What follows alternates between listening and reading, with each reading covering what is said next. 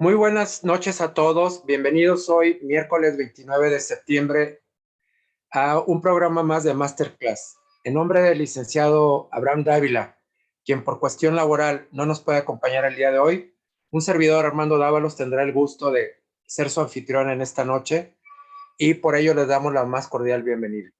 Les recordamos que estamos transmitiendo completamente en vivo a través de nuestra plataforma Zoom y a través del Facebook Live de la página de Yo Soy Médico 17, a quien por supuesto agradecemos su colaboración para que podamos llegar a más profesionales de la salud. Asimismo, les recordamos que al terminar la sesión, un par de horas después, podrá encontrarla grabada en nuestro canal de YouTube. Tan solo tiene que teclear en YouTube Medical Legal Center y buscar la conferencia de su interés. Puede ser teoría del caso, puede ser masterclass o la voz del residente. Asimismo, también hacemos extensiva nuestra invitación. Si usted es miembro de algún colegio de especialidad, pertenece a algún hospital donde haya un grupo importante de trabajo, que Medical Legal Center le ofrece pláticas sobre el entorno jurídico legal que hoy en día norma su ejercicio profesional. Y con todo gusto la programamos en el día y horario que ustedes nos indiquen. Tan solo es necesario que nos manden un correo a atención.mlc@gmail.com. Atención lo escribimos sin acento, .mlc@gmail.com, y con todo gusto estaremos participando con ustedes. Asimismo, ya les mencionaba que de lunes a viernes también contamos con el programa La Voz del Residente. Los lunes, dos extraordinarias especialidades: anestesiología y otorrinolaringología. Martes, de pediatría y ginecología. Miércoles, medicina interna y de urgencias. Jueves, ortopedia y oftalmología. Y viernes cerramos la semana con cirugía general. No duden en invitar a más residentes para que formemos una gran comunidad dentro de estos especialistas que están en formación. Por otra parte, también recordarles que el próximo lunes los esperamos a las 8 de la noche en un programa más de teoría del caso, donde los expertos nos hablan de algún caso clínico o de algún caso legal. Y bueno, desafortunadamente hemos sido testigos de hechos lamentables que han acontecido contra algunos de los médicos de nuestra comunidad en México. 3 casos en donde han sido acribillados, 3 médicos en Zacatecas, en Acapulco y en Tapachula. Medical Legal Center tiene el compromiso de recordarlos, de hacer mención de ellos, hasta que la autoridad no encuentre a los responsables y ejerza las acciones necesarias para castigar a estos. Por tanto, los estaremos recordando en cada uno de nuestros programas de Masterclass y Teoría del Caso. Y bueno, ahora toca el turno de presentar a nuestra ponente del día de hoy, la licenciada Marta Aces Casillas, quien nos hará favor de compartir un tema interesante que nos abre la panorámica de lo que es la salud integral de un paciente. Y bueno, me permito presentar a la licenciada. Ella es licenciada en psicología en área clínica por la Universidad Iberoamericana. También ha sido capacitadora oficial de CONACYDA, tiene diplomado en terapia de pareja con enfoque sistémico por la Universidad Autónoma de México. También tiene un entrenamiento especializado en terapia breve, terapia narrativa y terapia integrativa en el Mental Research Institute de Palo Alto, California. Ha recibido capacitación en intervención de crisis hospitalaria y tiene un diplomado en criminología. Asimismo, es fundadora y directora del Centro de Especialización en Psicología Clínica Hospitalaria. Hoy la licenciada Marta Aces Casillas nos presentará un tema muy importante, que es la psicología clínica y la medicina, un enfoque transdisciplinario. Entonces, licenciada Marta, le cedo la voz para que por favor inicie con su presentación. Armando, muchísimas gracias. ¿Qué tal? Muy buenas noches a todos, y sobra decir que es un verdadero placer estar en este momento compartiendo, pues hay temas que son más allá del usual dentro del mundo de la medicina. Entonces, el privilegio que como psicóloga me permitan estar pues aquí con ustedes, de verdad que es muy grato y muy gratificante para todo lo que es el ejercicio profesional. Y por lo mismo, para aprovechar muy bien el tiempo, vamos a compartir pantalla y dar inicio a la plática como tal.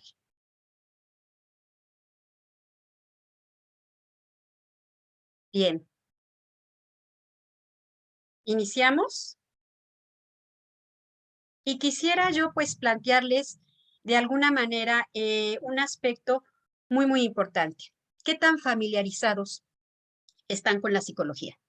Yo creo que arrancando de ahí vamos a poder ubicar todo lo que han sido estos procesos del acercamiento a esta ciencia, ya sea por experiencia propia o ya sea porque algún familiar se ha involucrado y le esté ejerciendo o simplemente por la curiosidad de qué se trata. Entonces, de ahí que quisiera yo platicarles de una manera lo más estructurada que me sea posible sobre el tema. Y quisiera dividirlo en dos grandes objetivos. Bien, el primero es que conozcamos exactamente qué está haciendo esta psicología clínica dentro de un trabajo transdisciplinario. Es importante considerar que la psicología se ha convertido en un área que trabaja con muchas, muchas profesiones. Podemos involucrarnos, y lo veremos posteriormente, desde lo que es la abogacía hasta lo que es la educación, hasta lo que es situaciones de aspectos mercadológicos. Pero nos vamos a adentrar en este objetivo a qué es lo que está haciendo como primero en la medicina. Y después me gustaría abordarlo desde ustedes, desde los médicos, porque muchas veces la psicología la ven como aplicada hacia allá afuera, pero la psicología nos envuelve a todos, la psicología somos nosotros, son las conductas. Entonces vamos a buscar estos dos grandes bloques de lo que es, en primero, con los pacientes, en el ámbito de la medicina y después en lo personal. Pero creo que hay que hacer justicia. Para mí es importantísimo y agradecer a quien me formó en esta área, y es la doctora Diane Everstein. La doctora actualmente sigue ejerciendo, sigue trabajando. Ella vive en Estados Unidos, en Palo Alto. Tuve la suerte de pues haber aprendido muchísimo. Con frecuencia venía a México. Actualmente sé que ella no nos visita como nos gustaría. Y bueno, ella dio a conocer el servicio de lo que era una psicología en situaciones de crisis, ¿sí? ¿Y por qué escojo dentro de todo el ámbito para arrancar crisis? Porque es de lo poco que realmente se está manejando en México. Ella vivió aquí, ella sabe muchísimo de nuestra cultura y por eso es tan importante los aportes que nos ha dado, todos los escritos que tiene. Hace unos momentos revisé y en 2014 siguió publicando sobre aspectos críticos en el área de salud. Ustedes la pueden localizar, ahora sí que la googlean y van a ver que son varios los textos, están en español y están perfectamente adaptados a lo que es nuestra cultura, porque ella nos conoce, nos ha vivido y conoce muchas otras partes del mundo. Entonces, la visión de esta aplicación de las crisis es muy importante. Ella arrancó haciendo aporte en sus prácticas profesionales alrededor de los años 79, 75, dentro del ámbito del grupo de los bomberos. Y se acercó a dar ayuda y encontró que los bomberos era una población altamente afectada y que no tenía ningún tipo de soporte por el trabajo que realizaba, el rescate de todas las personas que estaban en esta situación tan crítica de un incendio y el rescate de los cadáveres. Entonces sabemos que con los años y con todas las situaciones que nos han ido poco a poco envolviendo en esta situación de terrorismo, se ha dado un servicio más profundo, no nada más a los bomberos, sino que de ahí se ha partido también a paramédicos, rescatistas, enfermeras, doctores, y que entonces el ámbito se ha ido abriendo, abriendo, abriendo, abriendo. Ella inicia en esta situación del apoyo a todo el cuerpo de bomberos en California, y de ahí que se desarrolla toda una teoría y todos unos conceptos.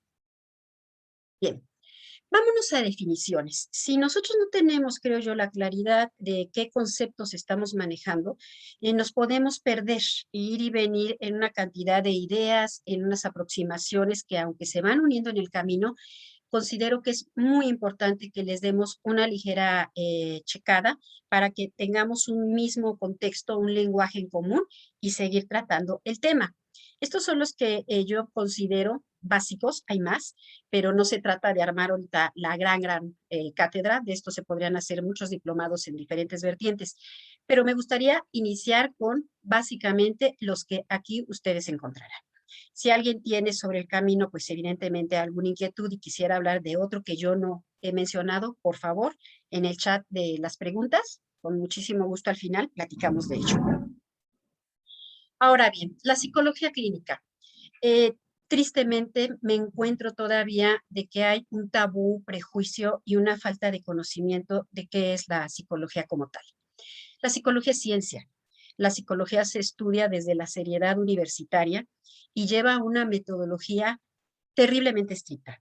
Los que cursamos esta formación, esta licenciatura, entramos a lo que serían los datos duros que nos ofrecen las estadísticas. Tenemos que aprender a hacer investigación, tenemos metodología, tenemos una cantidad de bases que nos unen, de hecho, a los médicos, como no tienen ustedes idea. Hay veces que me desconcierto porque nos quieren ver como un poco sobrinos o hijitos del área de psiquiatría. No es así. Nos hermanamos en cuanto al objetivo de lo que estamos buscando para apoyar a un paciente, pero la realidad es que nos manejamos con otros criterios, con otras herramientas y con otro tipo de acercamiento. Entonces, que nos unimos para un fin común, sí, pero no derivamos de ello. Es importante que a los pacientes se les explique que un psiquiatra nace de medicina y, como ustedes bien saben, hace su especialidad y se desarrolla por allá. Los psicólogos tenemos una formación dentro del conjunto de esa ciencia del humanismo, de la filosofía, de la cultura y también de aspectos bioéticos. Para nosotros también es muy importante tocar esos asuntos. Dado a que estamos obligados, cuando somos clínicos, en conocer aspectos de los medicamentos, de los psicofármacos, sí tenemos todo el bagaje, sí tenemos toda la formación, pero no tenemos autorización para dar ningún tipo de medicamento. Podemos sugerir, que es muy diferente, al médico con quien asignemos para que se dé el medicamento, el que me gustaría que me apoyaras con un antidepresivo por esta razón, o por favor nada más un ansiolítico, dosis mínimas necesarias para que el proceso que voy a ofrecer a mi paciente le permita tener la concentración y la atención. Entonces, hacemos equipo. Aquí ya empezamos a ver un clarísimo ejemplo de lo transdisciplinarios que somos. Las buenas relaciones que se establezcan con todos los médicos y en este caso en específico con el psiquiatra para el medicamento es fundamental para el pronóstico y el desarrollo que se le va a ofrecer en su psicoterapia. Sabiendas de que es largo el manejo de todo el fármaco psiquiátrico, se lo decimos a nuestro paciente. Te tienes que apegar, tienes que generar esa adherencia al medicamento y vamos a ir de la mano. No vas a volverte adicto, no vas a tener ningún tipo de conflicto, en fin, todos esos tabús también acerca del medicamento psiquiátrico lo trabajamos porque estoy buscando el apoyo del doctor. Entonces, es una participación con cero prejuicios el de la psicología. Hay gente que ese es un fenómeno muy interesante, que llega y me plantea, soy Aries. Entonces le digo, ¿y qué desayunamos el día de hoy? Realmente, este tipo de abordaje hay que darle un contexto. El pensamiento mágico, el pensamiento esotérico es muy bello, es una cultura que todo mundo de alguna manera conservamos, y esto es magnífico, pero en psicología no se aplica. Hay pacientes que llegan a decir, ¿se puede poner pirámides bajo la cama? Pues sí, puedes poner las pirámides y los ángeles arriba de la cama y tener todo un apego a tu religión. Eso no es conflicto, pero el psicólogo no va a trabajar con esos elementos, los va a respetar. Para mí esto es también fundamental porque el hecho de que el paciente tome ese rumbo puede generarnos que se aleje de la adherencia al tratamiento que ustedes como médicos establecen, porque juega hacia el pensamiento mágico y entonces perdemos el aspecto de la ciencia. Ahora bien, ¿qué es la intervención en crisis? Vamos a pensar que este abordaje debe de ser inmediato. Existen clínicas, grupos que nos invitan a participar el espacio que dirijo, que ustedes verán en la parte superior el logo, que es el Centro de Especialización en Psicología, nos llaman porque solicitan un servicio, nuestro apoyo, encantadas, nos organizamos y va la terapeuta asignada de acuerdo a la especialidad, si es una situación de niños, si es de pareja, si es individual, en fin, grupos sociales más grandes también. Pero es muy importante que sea de inmediato.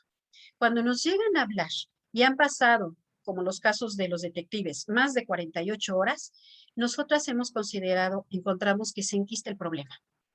A más inmediata sea la intervención, es más rápido el poder trabajar para que no se encapsule y todos tenemos mecanismos de defensa. Entonces, ante el dolor, vamos a generar mecanismos de defensa y lo que nosotras buscamos es que sean los mínimos indispensables para que se logre hacer un efecto catártico y que la persona no se obstruya, no se esté ensimismando en el dolor que lo bloquee para tomar decisiones. Entonces, el abordaje se considera de inmediato, es el ideal. No importa la hora, siempre el servicio, quien trabaja en esto, tenemos pues como ustedes mismos los médicos lo saben, en asuntos de urgencias, el teléfono abierto y debemos de responder con la misma prontitud y calidad. Sistémico, ¿por qué? Porque buscamos esta visión de todo lo que le rodea a la persona afectada, a la familia, al grupo social. Esto también son técnicas que nosotros buscamos ofrecer al médico. Seguimos trabajando entonces de transdisciplinarios y decirle, doctor, creo que el primo que está allá es la persona idónea para empezar a enlazar la información, porque el resto de la familia está en un estado caótico. Yo te los trabajo y vamos a buscar la línea de seguimiento y hasta de toma de decisiones. Sabemos que hay aspectos jurídicos. También tenemos que estar muy involucradas en ello para no brincarnos hacia donde no corresponde una toma de decisión, pero sí en el aspecto emocional, afectivo, detectar a quién es la persona que le podemos asignar ese control de información. Esto puede darse mucho en sucesos politraumáticos, un accidente en carretera donde varios familiares están afectados, tuvieron pues todo el impacto en su organismo, están internados, están inconscientes, y detectar dentro del grupo familiar quién va a ser el que nos pueda dar soporte de comunicación para un estado de sensatez.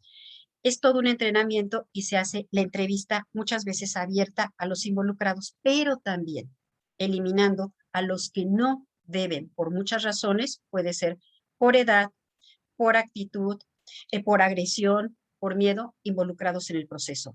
De esta manera, ayudamos a que el médico no se desgaste en una situación cuando tiene mucho trabajo que hacer en un quirófano, en una toma de decisión de estudio, en un trabajo de análisis, en conformar su equipo.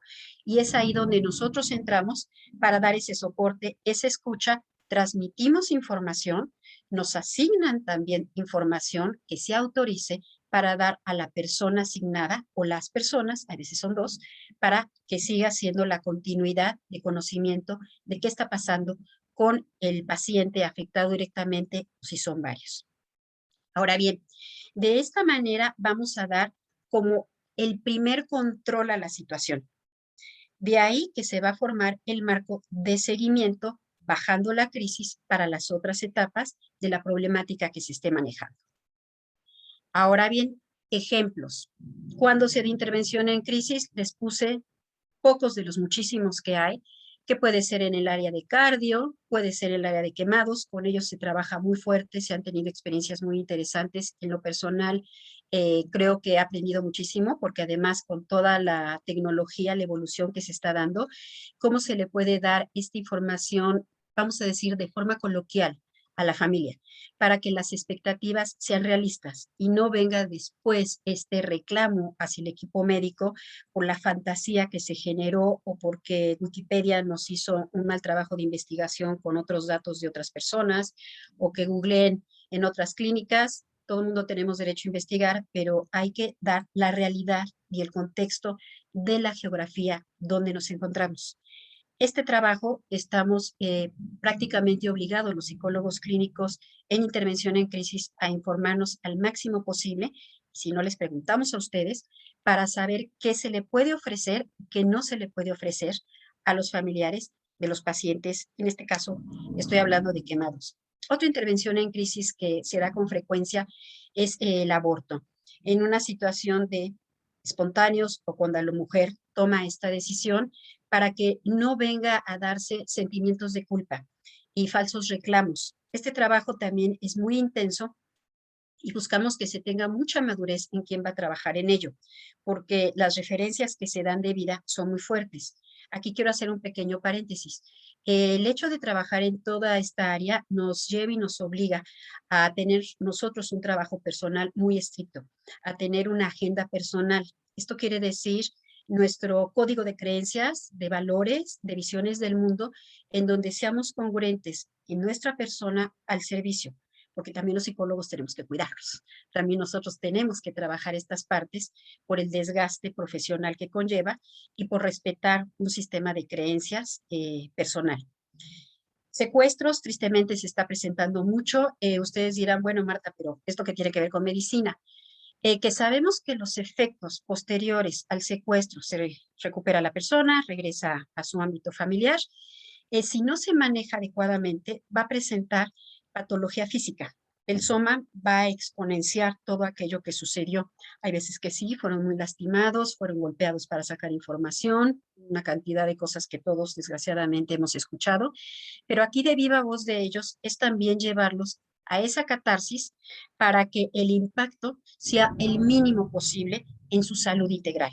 Vamos a evitar que tengan terrores nocturnos tal vez, vamos a pedirle al psiquiatra que nos apoye con el medicamento, que se le haga un chequeo más ubicado, porque muchas veces dentro de la vergüenza de lo que les pasa en estas situaciones de secuestro, no se abren. Y con el psicoterapeuta en esta situación nos dan información de la violencia que se han vivido, de las agresiones que van allá pasando de lo físico externo, violencia psicológica, muchas veces violencia sexual. Entonces, en la pena de lo acontecido, nosotros tenemos la información, pedimos autorización y convencemos al paciente para poder establecerlo con el médico. Esto aclara a ustedes muchos de los síntomas que a veces quedan en la nebulosa por esta vergüenza social de lo acontecido. Violencia familiar, tristemente también sabemos que llega pues en las áreas de urgencia, y la violencia social. Situaciones como la que en la Ciudad de México vivimos, un grupo al que hay que rescatar al máximo son todas estas policías que trabajaron en las vallas y que fueron muy maltratadas. Entendí hoy en la mañana que 24, 27 estuvieron internadas aquí en la Ciudad de México por los golpes que recibieron. Aquí se ubica como un claro ejemplo el trabajo que hacemos junto con las áreas de medicina. Ahora, también lo hay preventivo. ¿Esto qué quiere decir?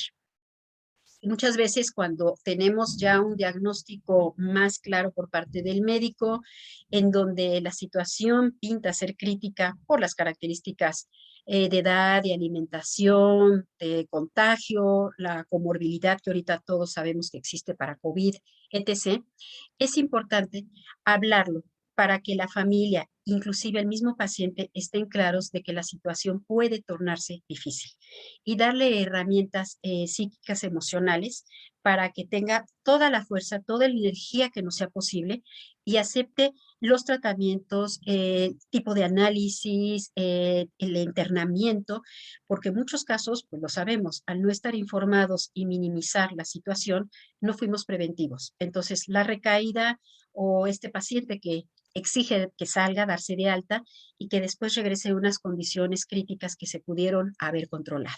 Entonces, esta intervención preventiva es también muy importante, está en pañales, es prácticamente como la medicina en general preventiva, que quisiéramos más que tener muchos, muchos proyectos en esto. Se habla de presupuestos y se habla de una bola de cosas que nos lo impiden.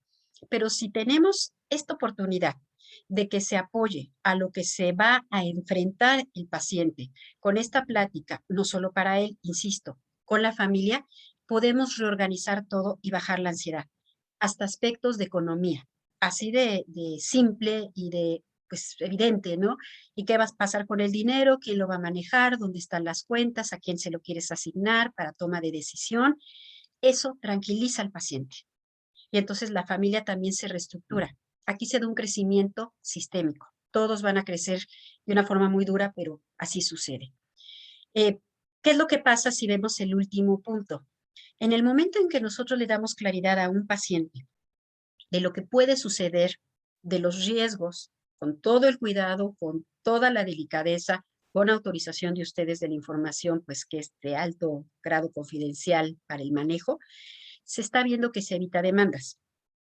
Cualquier hospital fuerte del primer mundo tiene esto como un protocolo. Usted está informado no nada más de la parte médica, sino desde esta parte emocional, psicológica, se firma de que tiene conocimiento de toda esta situación y esto hace que la demanda al médico baje y todo el mundo está en una línea muy pareja de las posibilidades de las evoluciones de la situación de salud. Otra preventiva es cuando pacientes diabéticos se sabe que no se va a poder rescatar ese pie, que ya es imposible y entonces va a haber probablemente una amputación. Esto se manejaría de esta manera, con todas las señales que ustedes nos asignen y nos autoricen. ¿Para qué? Para que la persona empiece a asimilar cuál va a ser la trayectoria nueva de vida. Qué tipo de reajuste debe de tener. Y aquí me han pasado cosas muy interesantes. Ante situaciones así de críticas, hay un cambio de personalidad en el sentido de toma de decisión drásticos interesantes. Es un como jalón de madurez de estoy en esta situación, se tiene que hacer esa amputación y se ajustan las relaciones con la familia y consigo mismo. Entonces también ahí tenemos mucho para poder trabajar en investigación. En trasplantes de corazón también lo ubicamos, se aplican pruebas psicológicas, al rato hablamos de eso, y dentro de estas pruebas vemos que cuando han sido donadores, esto se ha hecho en cardiología, aquí en la Ciudad de México, Ignacio Chávez, y los resultados de los manejos de aspectos de personalidad, con pruebas muy serias, estadísticas controladas por la UNAM, vemos unos cambios en un manejo longitudinal adecuado también muy interesantes. Entonces, todo esto nos da herramienta para poder apoyar y dar más estructura al paciente. Y la calidad de nuestro trabajo crece. Aquí empiezo a hablar de nuestro trabajo porque nos hermanamos cada vez más con ustedes, los psicólogos clínicos, en un sentido de ese objetivo de que todo el trabajo que se realice, participe uno de la forma que sea, es en conjunto. Es un concepto por eso muy bello. Se maneja preventivamente en estas cirugías todas las intervenciones que pueden ser complejas, de alto riesgo, de cuidados intensivos posteriores muy delicados, para que no me los agarre de sorpresa. Eso es importantísimo. Cuando vienen deterioros cognitivos, sobre todo con ancianos, que sabemos que le cuesta trabajo a la familia, cuando hay un accidente también y la recuperación por ser craneoencefálico, el problema, pues no es la misma y habrán partes que se pierdan y que en lo que se trabaje la plasticidad, darle a la familia todo el sostén para que se reubiquen y no se exasperen, no se violenten y no empiecen de ir de médico en médico, en médico, en médico buscando la curación mágica, sino decir, estás en tu derecho de ir con los especialistas que gustes, pero las realidades son contra lo que son datos duros. Aquí nosotras aplicamos mucho lo que son baterías psicológicas para determinar el grado de afectación y que se las brindamos aquí a los neurólogos. Claro que también psiquiatría nos puede llegar a pedir, pero al neurólogo también le decimos. Y si también el cardiólogo nos dice por aquello de la irrigación, cómo vaya a revascularizar, también. O sea que trabajamos con todos. Hay quien pueda aplicarse con nuestra herramienta para también tener más opciones. Nosotras encantadas de poder dar este tipo de valoraciones psicológicas. Es lo que manejamos. Y bueno, un deterioro del sistema nervioso central, que sabemos que puede ser por múltiples causas. También es hacer prevención en cuanto al diagnóstico que nosotras ofrecemos de las áreas afectadas y de los cambios en la cognición, en la personalidad y en todas las funciones de interacción social. Ahora, esto lo estoy trabajando actualmente con mucho orgullo con la doctora Elsa Díaz de lo que es la adherencia al tratamiento tanto médico como farmacológico. México es un país que nos encanta el pensamiento mágico. Yo creo que es una de nuestras características fundamentales. No es que no lo tengan otras culturas, pero siempre esta parte de querer dar información acerca de otras posibilidades de curación, puede ser muy delicado en el sentido de que suelten el medicamento por las pócimas que la bisabuela tenía ahí guardadas. Y entonces, si eso es en un aspecto, hay veces que toman las dos, lo de la abuela y lo que ustedes asignan. Entonces empieza a ser muy complicado porque el paciente sabe que no está haciendo bien. No nos los va a decir probablemente.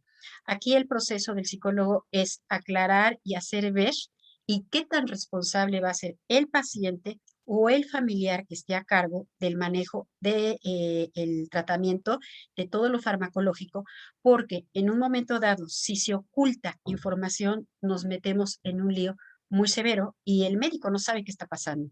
Entonces, hay especialistas que se establecen en trabajar esa parte, en generar una adherencia sana, lógica, congruente, en que sabemos que todas estas hierbas, que la concentración que tengan no son las idóneas, que el té de estrella para los niños no está bien, les para los intestinos, y decírselos claramente a las mamás con palabras amables, pero sí muy directas, que ellos son corresponsables, no nada más es el médico. Y eso es también muy importante.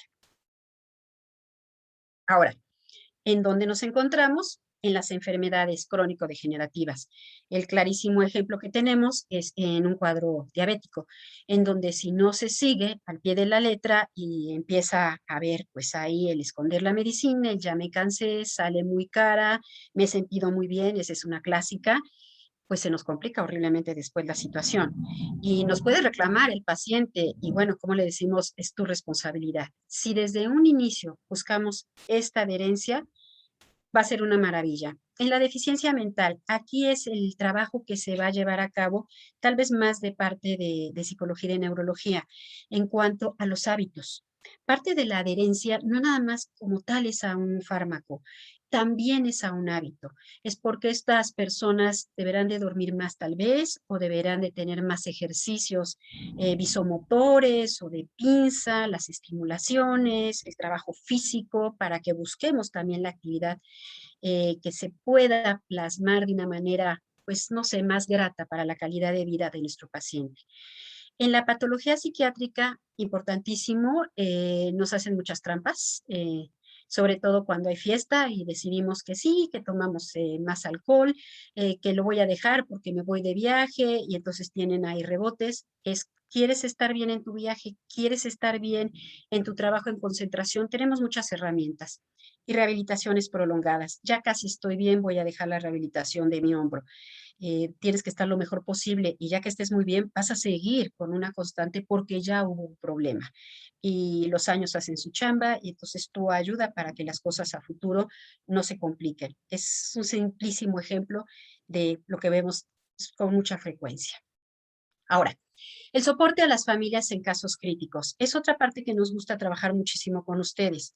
Lo sabemos, sobre todo en estas áreas de terapia intensiva, donde si tenemos suerte, tenemos 4 sillones medio chuecos, la gente llega con su almohadita, su frazada y nos fue muy bien, pero pueden estar en la calle. A lo mejor no en el carro, en la banqueta, y lo sabemos, hay condiciones que son de verdad que enojan, tristes y que enojan. Entonces, trabajar con la familia y decirles, no pueden entrar, lo quieres tanto que te tienes que ir a tu casa.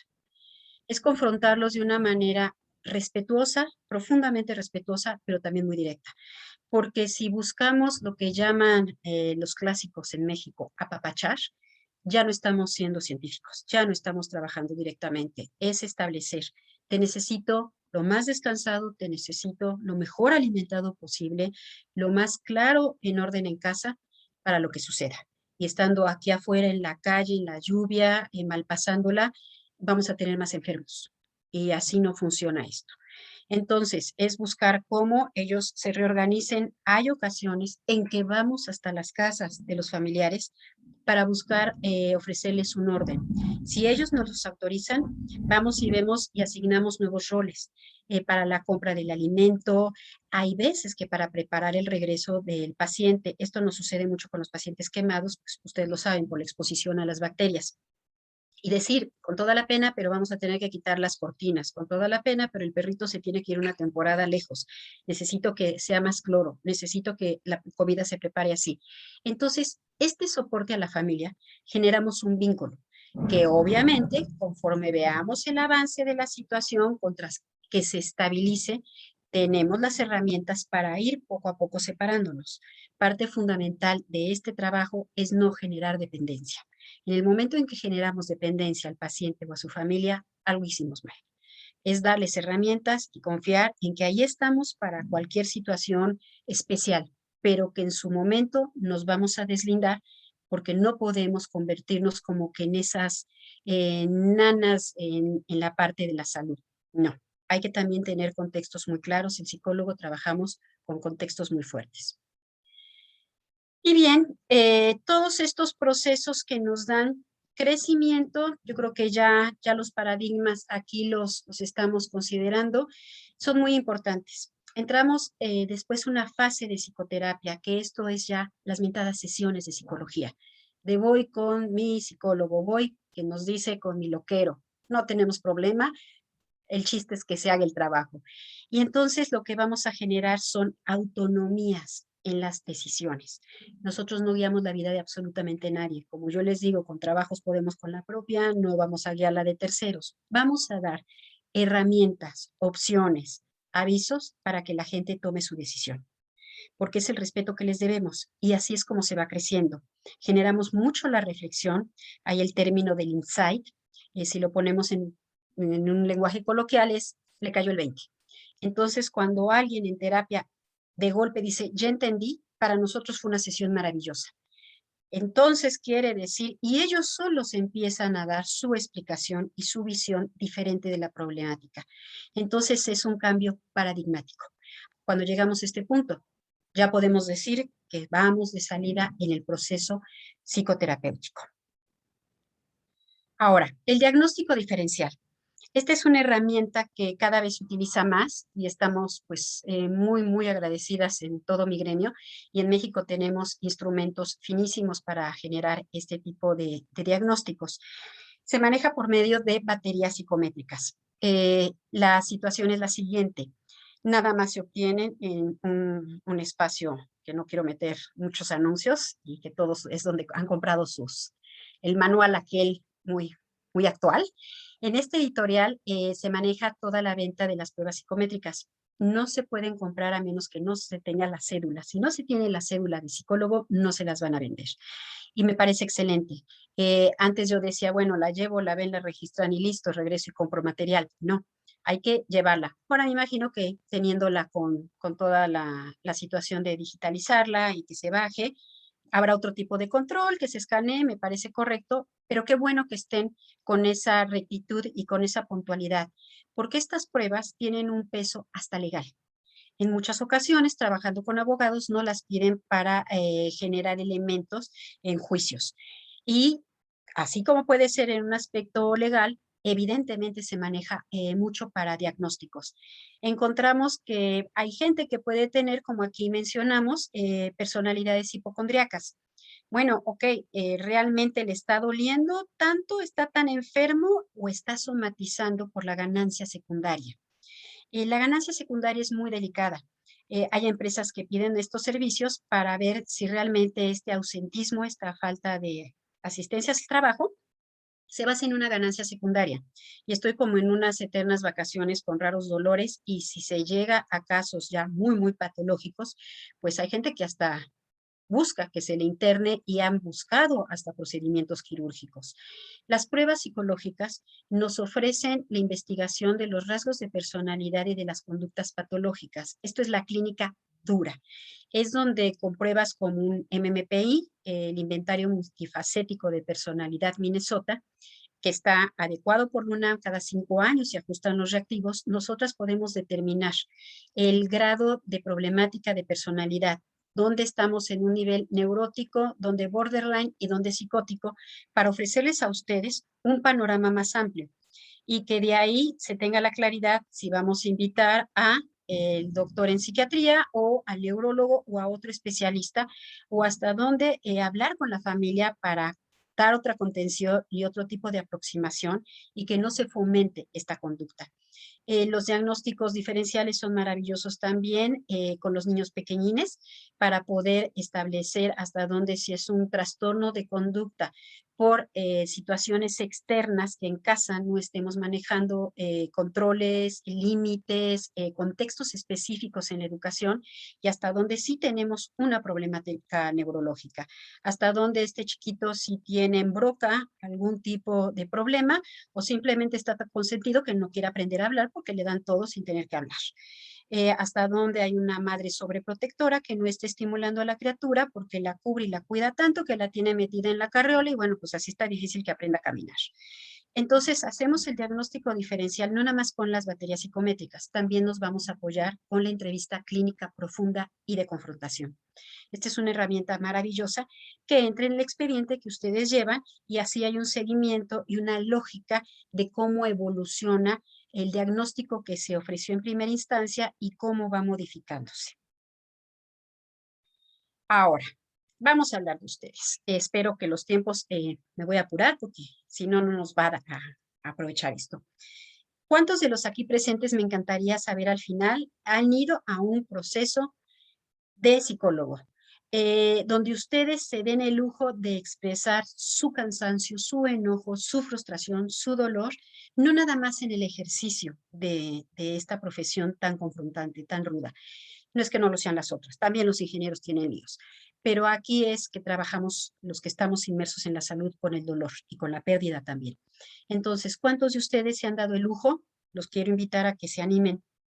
No hace daño, no hay quien salga con ganancias de ir a un proceso de psicoterapia, siempre y cuando la persona con quien trabaje tenga la formación. Hay que tener mucho cuidado. Yo no dudo de las buenas intenciones de alguien recién egresado. Para esta formación se necesitan mínimo 6 años después de haber egresado de la licenciatura. El síndrome de burnout es lo que vivimos todos los que nos quemamos con el exceso de trabajo, así se le llama, y que va a generar una despersonalización, nos vamos a alejar y nos vamos a bloquear porque nos rebasa la chamba. Actualmente muchísimas personas lo están viviendo, estamos en un momento muy crítico social y que hemos encontrado que de diversas maneras, puede ser desde insomnios, puede ser de una sobreingesta, puede ser desde una autoagresión, puede ser desde rupturas con la pareja. El síndrome de burnout nos está dando mucho trabajo a los psicoterapeutas. Se realizó una investigación en el año 2018, muy interesante, con un muestreo en toda la República.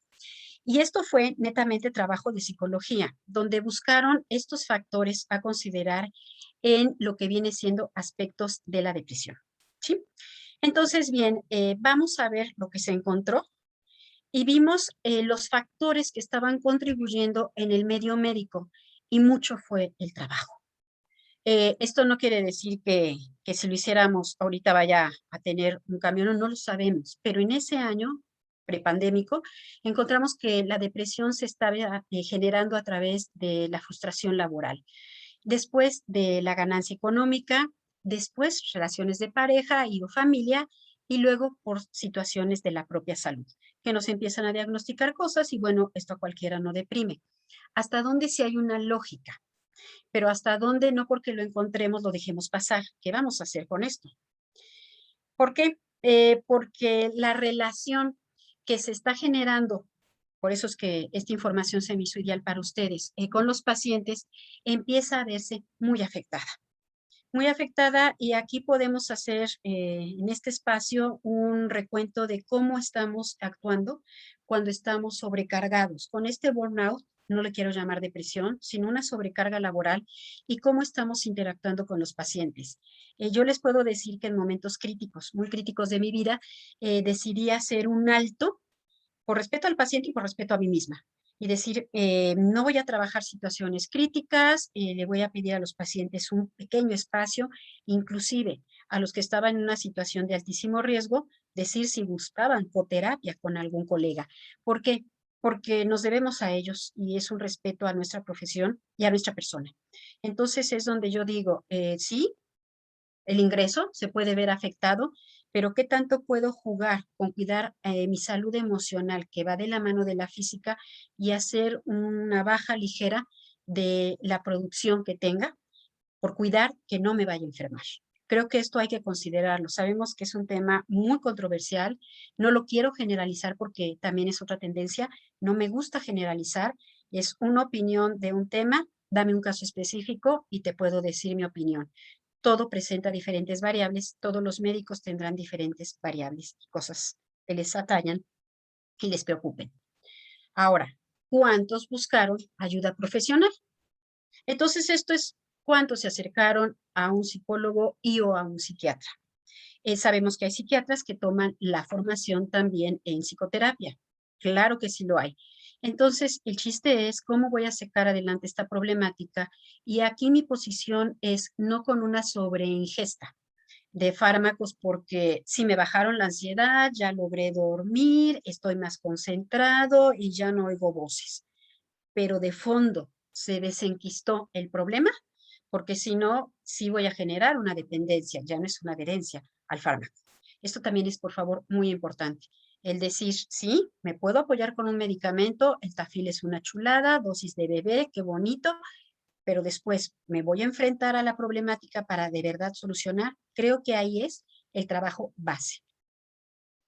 Las conductas que varios de los colegas presentaron, de sus colegas, pues vimos que desde las que pueden ser sanas, me voy a dormir y me quito de cosas, voy a sacarlo todo esto en la caminadora, nadando, en la elíptica, me pongo mis audífonos, en fin, muchas situaciones, aunque sabemos que también hubo otras que no son nada positivas, ¿no? Yo pensaría que me quedo con las tres primeras como las positivas, las demás se valen, no hay problema, aislarse no es malo, la soledad es excelente, ayuda mucho y aporta, pero cuando empezamos a sumarle, que me aíslo hasta de mi gente y empiezo a beber más y a la sobreingesta alimenticia, va a llegar un momento en que caigan las conductas que nada más van a acrecentar otro tipo de problemáticas.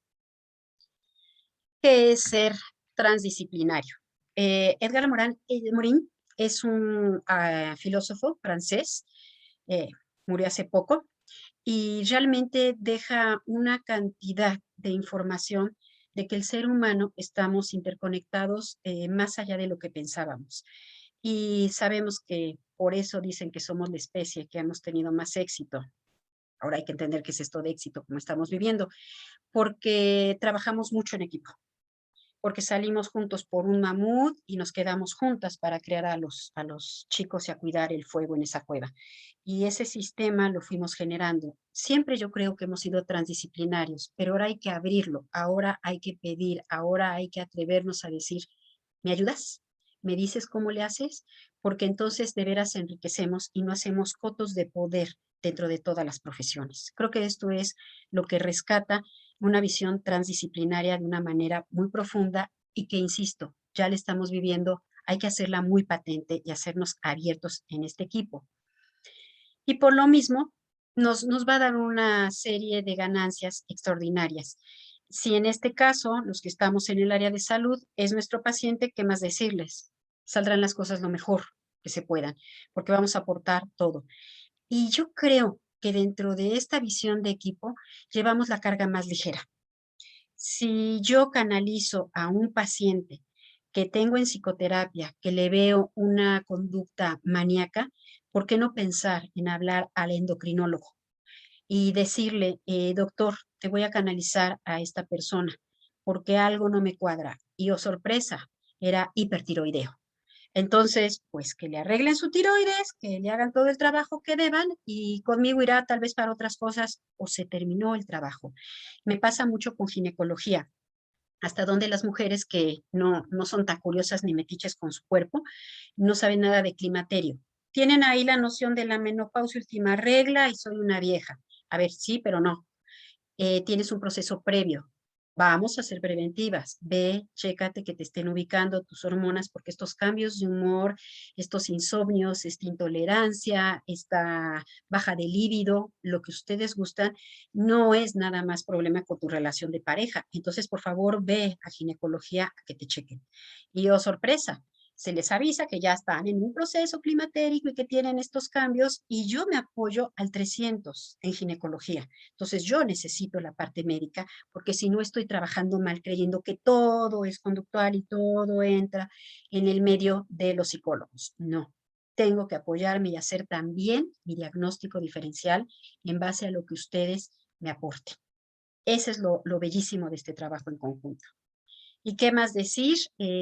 Había pues muchos otros puntos por ahí que pudiéramos platicar, pero la vida no nos da y el tiempo tampoco.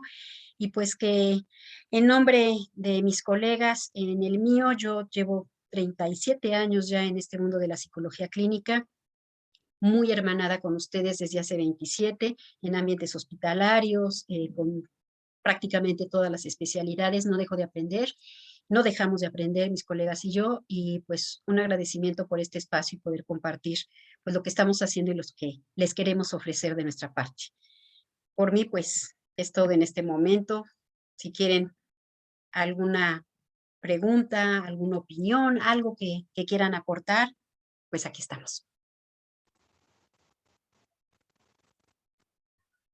Muchas gracias, licenciada Marta. Agradecemos su ponencia, que sin duda alguna nos hace pensar en la necesidad de que todos los involucrados en la salud en México tenemos que prepararnos y estarnos preparando cada día de la mano de las otras especialidades. Creo que el reto, y lo habíamos comentado también en el programa de lunes en Teoría del Caso, es crear este trabajo de equipo entre todas las disciplinas médicas, entre todo el personal de la salud, para que realmente podamos avanzar como nación, podamos avanzar en nuestro sistema de salud, mejorar nuestros servicios, mejorar la calidad de lo que estamos ofreciendo, sea cual sea nuestra especialidad, pero ese es el reto que tenemos y el compromiso que todos los profesionales, sobre todo sé que los que participan en estos programas, tienen. Y por ello agradecemos a todos nuestros ponentes que de una forma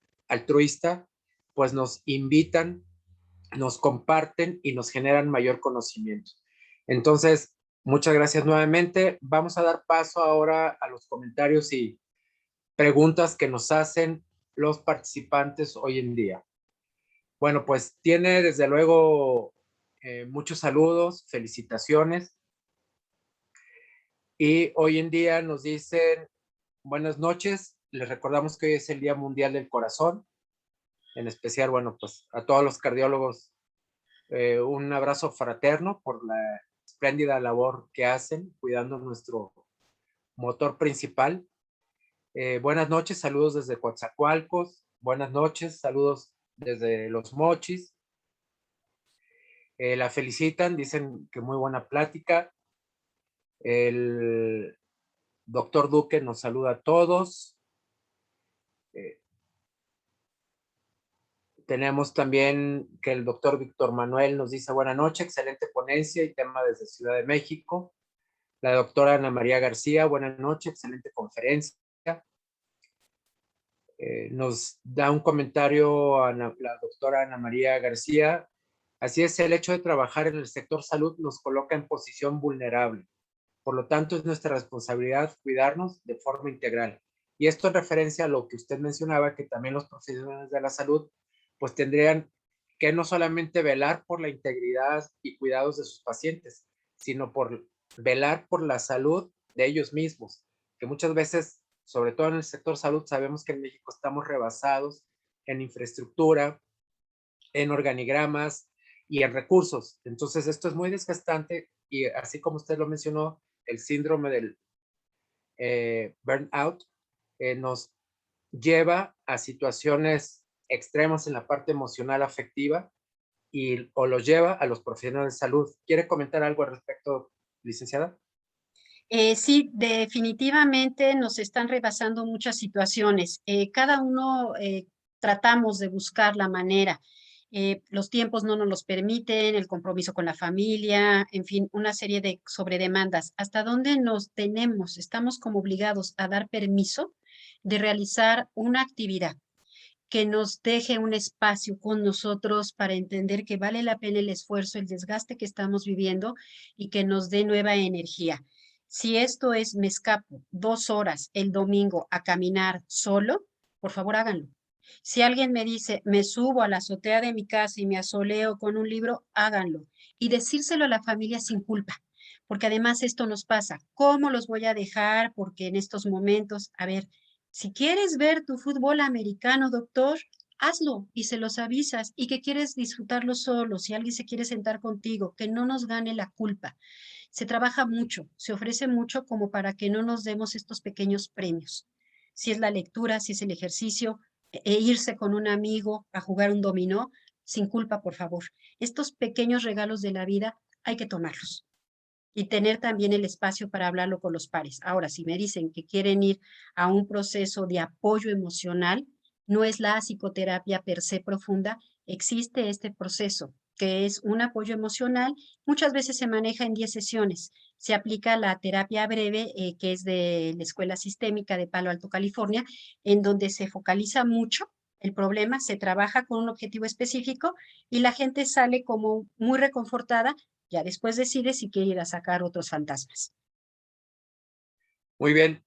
Nos dice el doctor Enrique Pineda, excelente tema, lamentable por el poco tiempo, ya que pueden abordarse más temáticas. La felicita Gonzalo Velázquez, también la felicita Venancio Mata, dice, excelente, muchas gracias por sus aportaciones. Nos piden nuevamente tener algún otro tema posteriormente para abordarlo, las temáticas que no se pudieron tocar. Agradecen el compartir este tipo de conocimientos y experiencias. María Concepción. El doctor Abel de Jesús Acosta, una pregunta. ¿Por qué el antidepresivo dice que puede provocar aumento de suicidio? Ok, la toma del antidepresivo no se ve una reacción inmediata, se necesita un tiempo de impregnación al sistema nervioso central y lo cual nos lleva de 2 semanas a veces hasta 3. Dependerá, como siempre, de la edad, de las características de la patología que lo detone, del tipo de antidepresivo, una serie de factores. El cuidado máximo con un paciente deprimido es esa ventana del día 1 de la ingesta a las 3 semanas. Si la depresión es fuerte, empieza a hacer efecto el medicamento, en este lapso toma energía y es donde pudiera tomar la decisión, porque tiene la energía, de generar autoagresión. Entonces, siempre pedimos que al inicio del proceso de antidepresivo esté un familiar muy cerca. Obviamente estoy hablando de depresiones muy profundas, de que esté en la cama, no se baña y no lo sacamos del cuarto. Ahí hay que estar monitoreando las 24 horas porque en lo que se hace el efecto y llegamos a la 3.ª semana, ese tiempo sí es muy delicado. Es donde si no se maneja, podemos tener ese impulso porque se sienten mejor, pero todavía está el efecto de la depresión. Entonces, es el cuidado ahí. Muy bien, gracias. También nos saludan, o la saludan, Manuel García desde Papantla, Veracruz. Excelente presentación, saludos. Pues siguen las felicitaciones, gracias, excelente tema, muchas gracias, un tema muy enriquecedor, felicidades. También nos dice César Gutiérrez, felicidades.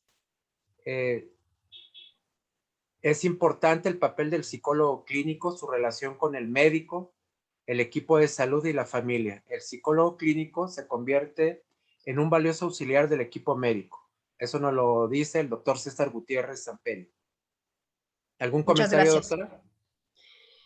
Pues hacemos equipo con la familia, con el doctor, digo, realmente compartimos con todos los ámbitos de la sociedad, tenemos mucho que ver, por ahí hacemos la broma, ¿no? De que así como todos deben de tener un contador, un abogado, también un psicólogo. En algún momento les vamos a echar la mano. Sí, nos dice Susana Novela, quien saludamos. Excelente plática. Más allá de tener cualquier especialidad, es indispensable tener empatía, algo muy olvidado por falta de tiempo hoy en día. Gracias, sí. Sí, trabajamos mucho desde una empatía científica, desde una tratar de la máxima objetividad en la situación para no contaminar tampoco con nuestra creencia y valores la vida de terceros. Entonces hay que manejar esta sana empatía de acompañamiento para no generar confusión en el otro y sobre todo cuando el terapeuta es muy joven, que no se vaya a ir también en una confusión de afectos y sentimientos con el paciente. Ese es otro gran tema que ojalá un día podamos platicar, que es la transferencia y la contratransferencia que debemos de cuidar en el espacio psicoterapéutico para no prestarse a malinterpretación de la relación y de los afectos. Sí, Gustavo Herrera nos menciona, gracias por su aportación. Sirven para mejorar la calidad y servicio para el paciente. Un tema para reflexionar. Sí. Nos dice Froilán Guerrero, ¿y por qué no incluir psicólogos en los hospitales para el manejo de servidores de la salud, de los pacientes y sus familias? Bueno, doctor, ¿qué le digo yo que he estado en este medio ya más de las 2 décadas y que ha sido picar piedra y picar piedra? Creo que lo que se ha logrado es hacer la alianza directamente con el médico. Desgraciadamente, los hospitales no tienen el presupuesto, no nos consideran dentro de los espacios como parte del equipo.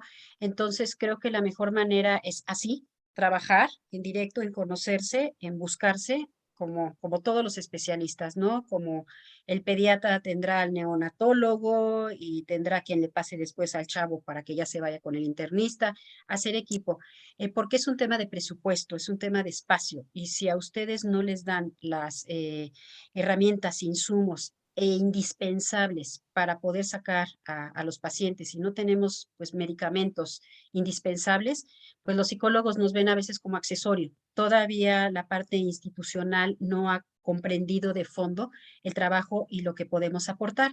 Entonces, las trincheras las hemos ido modificando con los años y nos acercamos a grupos médicos y pidiendo permiso de, démonos la oportunidad, déjame hacerte un diagnóstico diferencial, déjame preparar a estas personas para cirugía.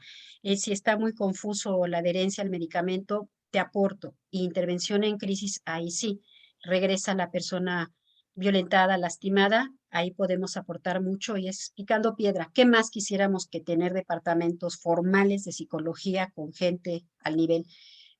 Pero no quitamos el dedo en el renglón, doctor. Le juro que estamos ahí muy puestos. Gracias por el comentario.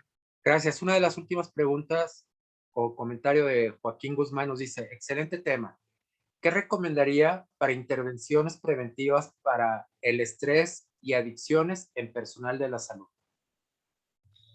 Es hacer, como todo, un diagnóstico general, lo que llamamos un clima. En este caso sería el clima médico, el clima de la salud, para detectar la tendencia del grupo. Entonces, ¿qué niveles de estrés estamos midiendo? Hay pruebas que para ello nos dan datos muy finos y de ahí generar talleres vivenciales. Y con ustedes, con los médicos, no me gusta hablar de capacitación porque eso es más hacia las áreas empresariales. Entonces, talleres vivenciales en donde se pueda exponer el problema, hacer ejercicios de ejemplos, toma de conciencia de mi salud y que para ofrecer salud tengo que tenerla. Entonces, desde ahí es como un espejo, una autorreflexión para bajar los niveles de estrés al mínimo necesario. El estrés tampoco hay que satanizarlo, puede ser muy útil en bonitas dosis. Y el hecho de que no nos busquemos apoyar con adicciones. Entonces, creo que es desde también empezar con las nuevas generaciones, desde empezar con los internados, desde los servicios sociales.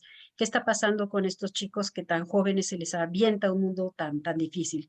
Entonces, yo creo que ahí podemos empezar a hacer mucho en lo preventivo con estas nuevas generaciones y quienes ya tienen sus horitas de vuelo, armar estos grupos de talleres vivenciales para exponer el tema y qué vamos a hacer para eliminar estos estresantes, estos factores externos. Muy bien, la última pregunta, comentario es, doctor Javier Salgado nos dice, en medicina crítica, el personal médico y de enfermería debe ser valorado por psicología, sobre todo cuando son pocos y la carga de trabajo es intensa. Gracias por la excelente ponencia. No, pues, ¿qué más quisiéramos de poder apoyar? Claro que también enfermería, por eso digo todos los involucrados en las áreas de salud, por supuesto. Y sí, hacer estos espacios de revisión, así como los chequeos y voy y me saco la placa y me saco sangre y me escuchan el pulmón, ¿por qué no escuchar nuestras emociones, nuestros estados anímicos y conductuales?